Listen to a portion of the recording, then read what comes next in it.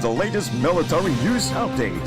This is AFP Community News, hosted by Rob Suzon every 12 noon, Mondays to Fridays. Only here on DWDD Armed Forces Radio. One AFP for a stronger Philippines.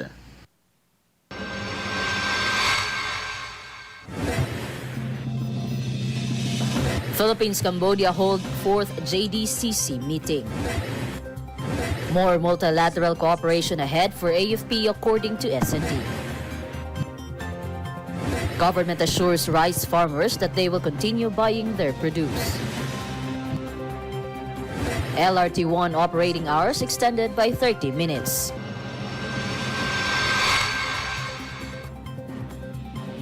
Good day everyone, as well as our troops at Camp Emilio Aguinaldo, Quezon City. Today is Wednesday, March 26, and we will bring you the latest news from the armed forces and other information around the Philippines. In behalf of Rob Suzon, this is Joy Simbahon for AFP Community News.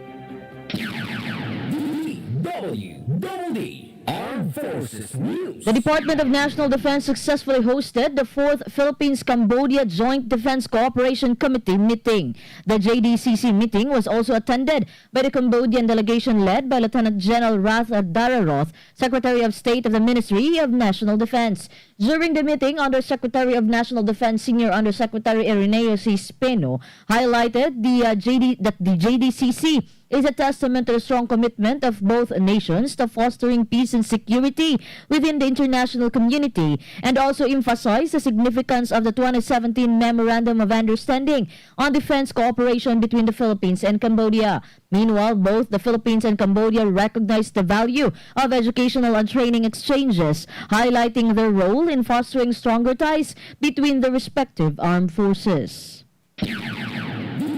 DWDD Armed Forces News. And Defense Secretary Gilberto C. Teodoro Jr. outlined the Philippines' strategic shift, emphasizing the need for enhanced interoperability and capability building. During the Western Command's anniversary celebration, Secretary Teodoro said the defense deals with like-minded nations included new agreements with New Zealand and Canada, and the department also received the authority from the President to negotiate a visiting forces agreement with France and other countries. According to the S&D, he expected discussions on ways to enhance the country's bilateral and trilateral and squad partnership to boost the country's defense agenda in the upcoming visit of U.S. Defense Secretary.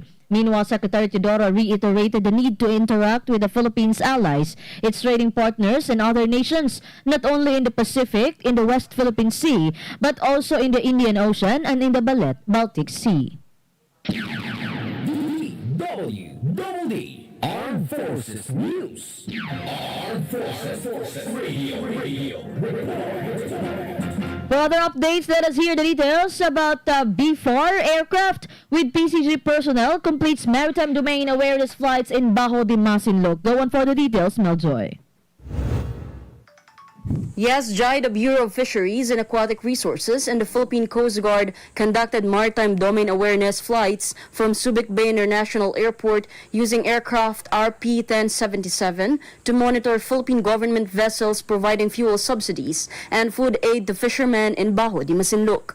They observed 4 Bureau of Fisheries and Aquatic Resources vessels, 2 Philippine Coast Guard vessels, and 26 Filipino fishing boats, along with 5 China Coast Guard vessels and 1 People's Liberation Army Navy vessel. A second flight confirmed a floating barrier at Bajo de Masinloc's southeastern entrance and spotted an identified People's Liberation Army Naval Air Force helicopter. The mission highlights Bureau of Fisheries and Aquatic Resources and Philippine Coast Guard's commitment to maritime security and the welfare of Filipino fishermen. This is Madre Nesho Arroco reporting for AFP Community News. One AFP for stronger Philippines. Thank you, Meljoy. DWDD Armed Forces News. And the Armed Forces of the Philippines Multi-Sector Governance Council successfully concluded its first quarter meeting in Batanes. The meeting, which also culminates in a significant visit to Mavulis Island focuses on enhancing maritime domain awareness, addressing the province's peace and security situation in line with a comprehensive archipelagic defense concept, and strengthening humanitarian assistance and disaster response capabilities. Meanwhile, the AFP MSGC plays a crucial role in guiding the AFP in the implementation of its transformation roadmap towards its vision of becoming a world-class armed forces. DWDD Armed Forces News. And the National Capital Region Command, the AFP, participated in the first quarter calendar year 2025 full council meeting of the Regional Peace and Order Council National Capital Region held at the Quezon City MICE Center. The meeting brought together key officials, law enforcement agencies, and mayors from various NCR cities to discuss critical security concerns, focusing on crime prevention, community engagement, and enhanced interagency collaboration. During the meeting, the attendees addressed emerging threats, including organized crimes, terrorism, and cyber threats, emphasizing intelligence sharing and surveillance reinforcement. Meanwhile, the meeting reaffirmed the role of coordination between law enforcement agencies, local governments, and community leaders in maintaining peace, security, and a fair electoral process in Metro Manila. DWDD. On the other line, let us hear more from Gina about 20th Infantry Battalion conducts Peace Forum in Las Navas, Northern Samar. Gina?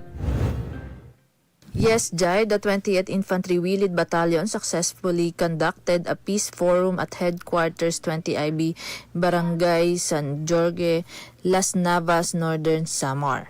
The activity aimed to foster strong relationship and communication through mutual collaboration for the attainment of peace and development in Las Navas. The event also sought to focus on discussions involving status of ongoing government projects in their communities and shared their insights on the improvement of security and community engagement.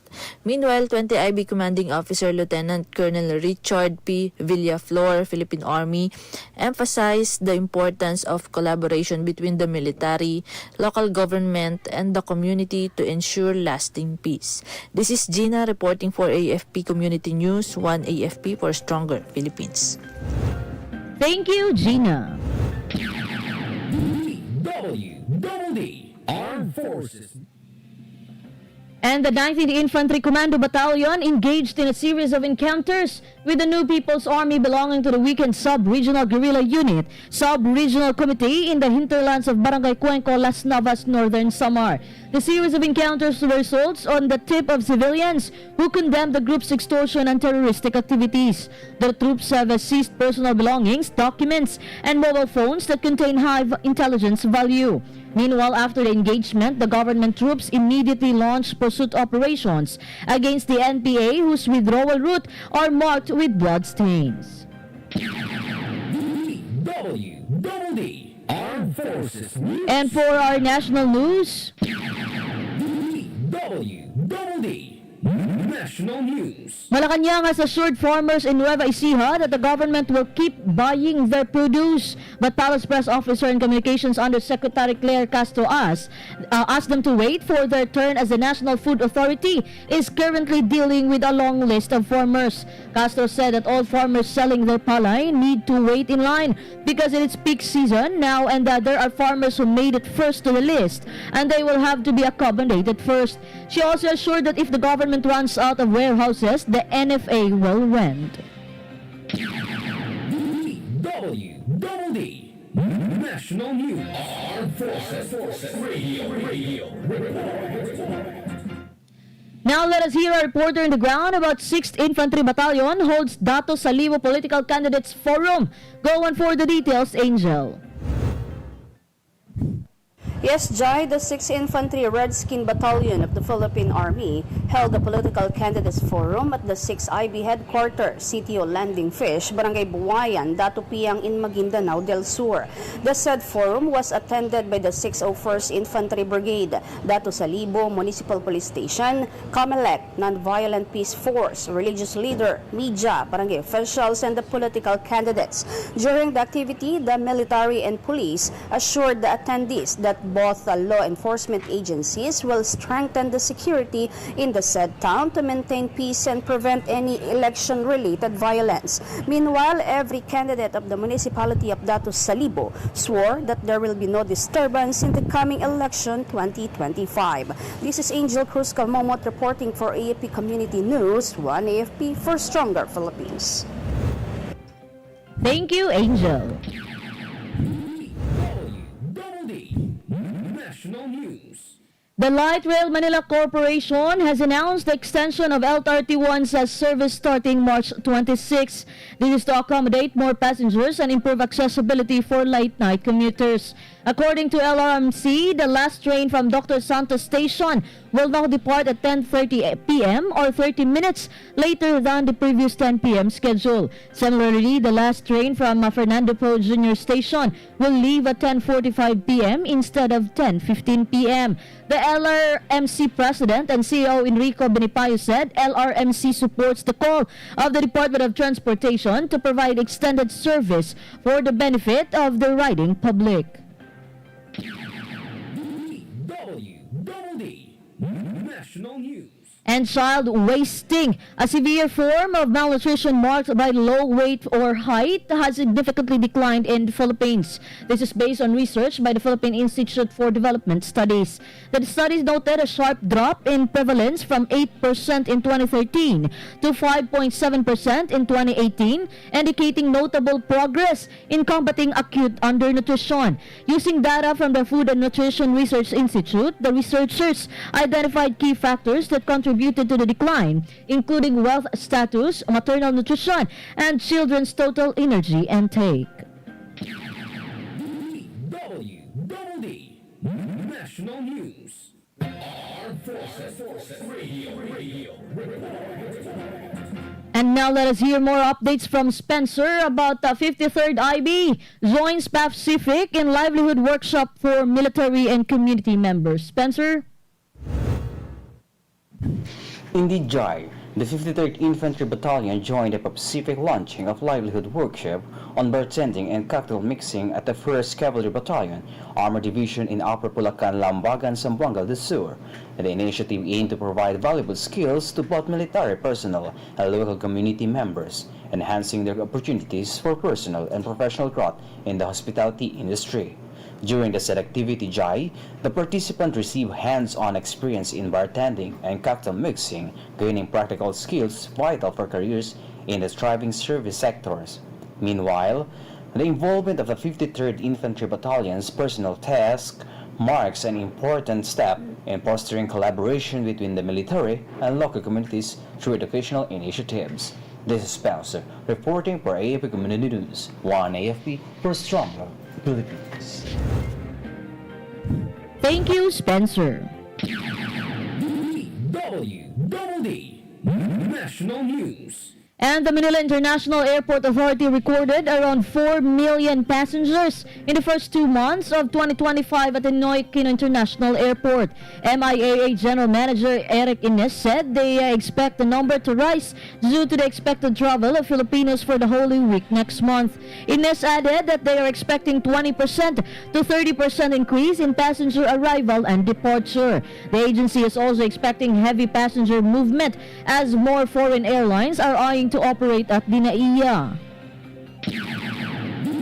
DWDD National News. And President Ferdinand Marcos Jr. is slightly affected on social media posts about the country's political situation and the widespread misinformation. Presidential Communications Office Under Secretary Claire Castro said the President asked the PCO to do its job to counter fake news. This is not only for himself but for the country. Citing a study by a certain journalist, the Palace press officer mentioned there is a network in the country that propagates negative news or misinformation specifically against the President.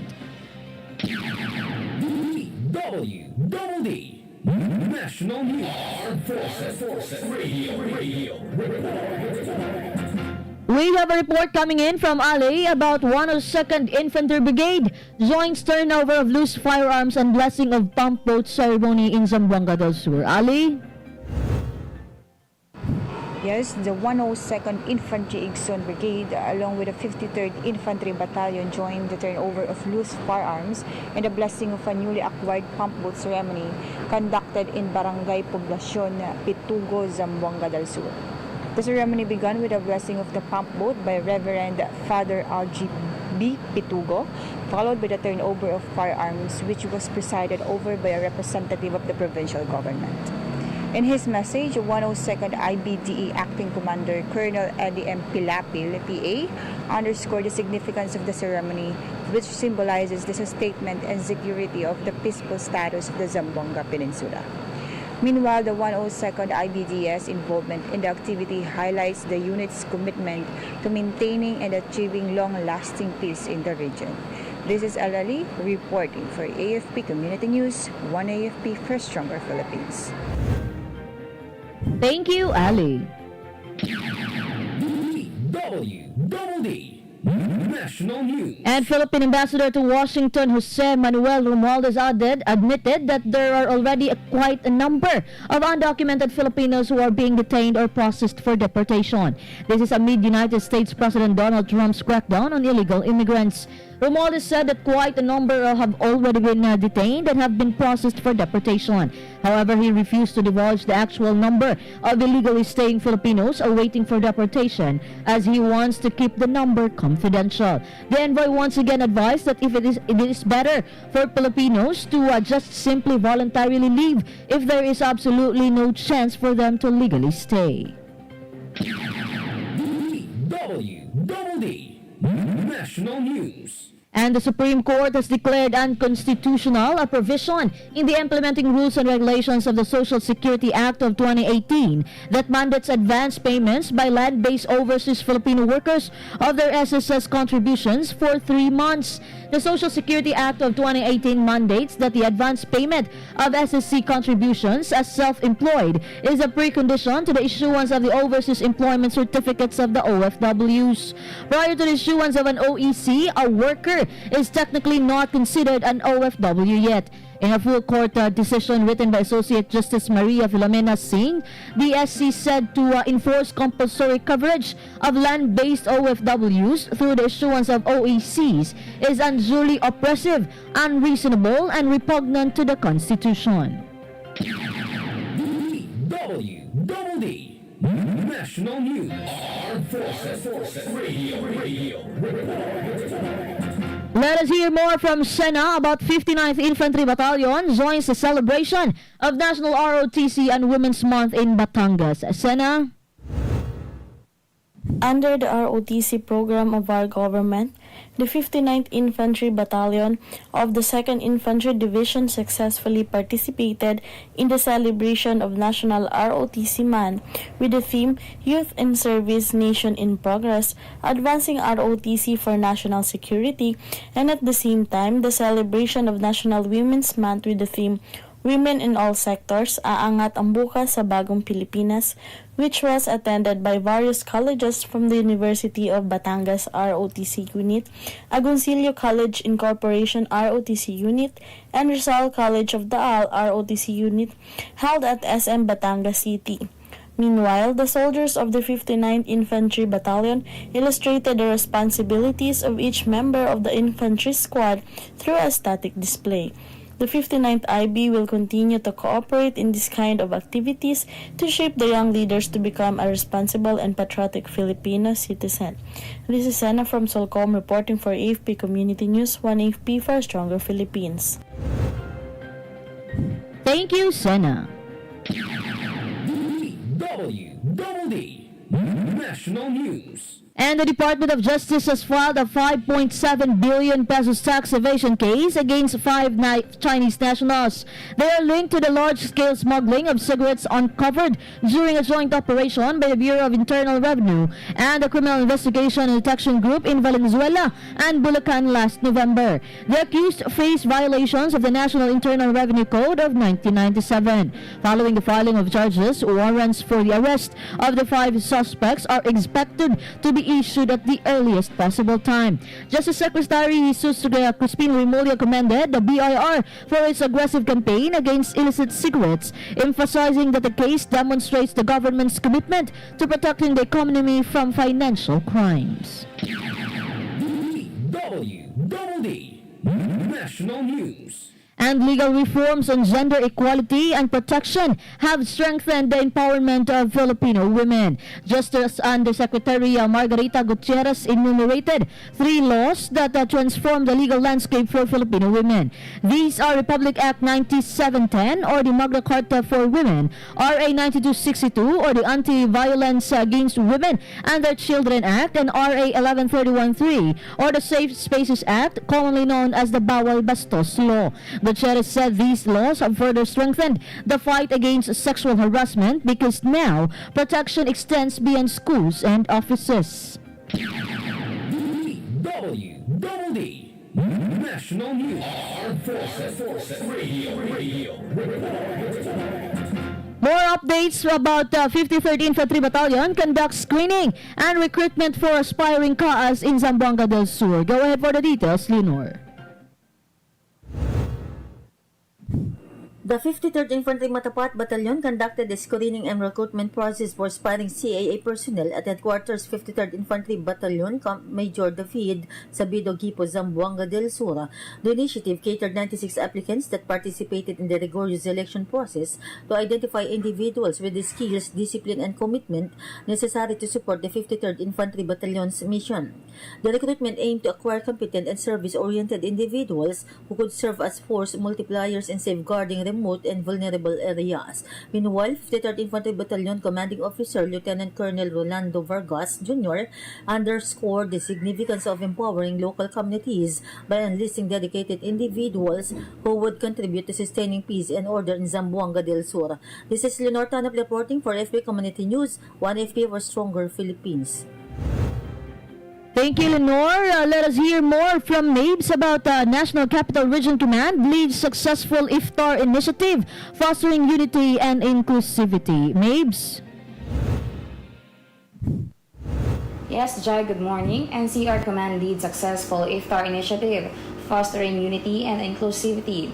The National Capital Region Command, in partnership with the Integrative Center for Alternative Development or ICAD Foundation and the Time to Help Foundation, successfully conducted the 5th day of their Iftar offering on 22nd March 2025 at Barangay Santa Monica, Novaliches, Quezon City.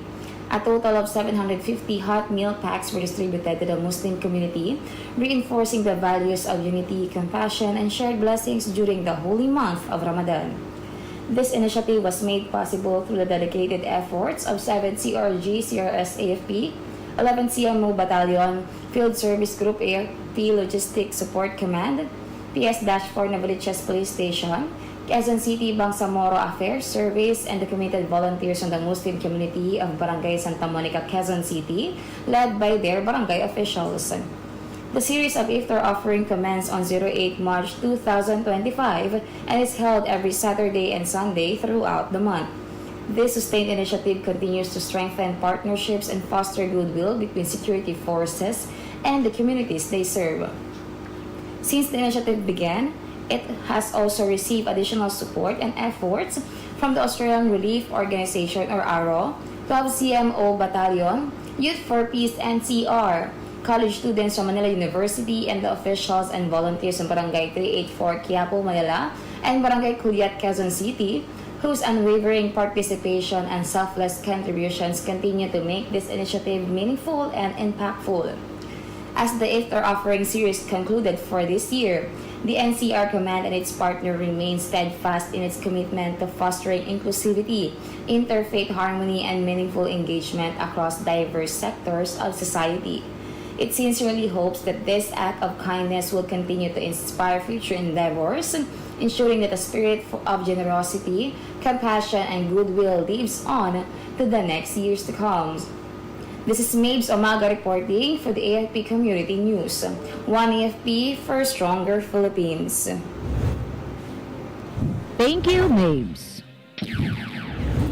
DWDD National News. For our final news, a low-pressure area has been spotted off Mindanao but is still unlikely to directly affect the country over the next few days. Pagasa weather specialist Rhea Torres said that the LPA was estimated at 645 kilometers east of southeastern Mindanao. It is currently affecting Central Visayas, Eastern Visayas, Caraga, Davao Region, and Siquijor, where overcast skies with scattered rains and thunderstorms would prevail, Torres said. Over Metro Manila and the rest of the country, partly cloudy to cloudy skies with isolated rain showers or thunderstorms would be experienced within the next 24 hours. And that's all for today's broadcast. Thank you for joining us, especially to our audience in our Facebook page, AFP Radio DWDD. Don't forget to tune in tomorrow for more updates, same time, same station. Again, this is Joyce Imbaon for AFP Community News, one AFP for a stronger Philippines. Behold the latest military news update.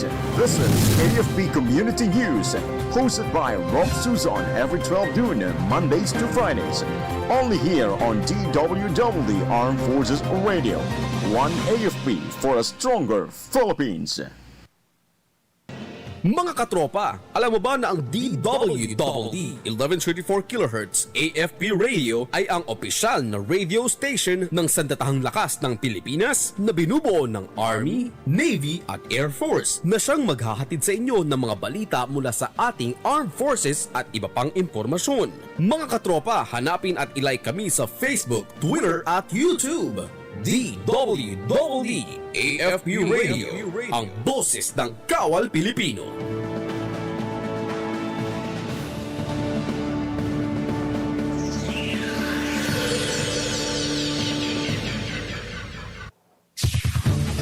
Ito ang DWDD 1134 kHz AM. Balita, impormasyon at musika. Ito ang DWDD AFP Radio, boses ng Kawal.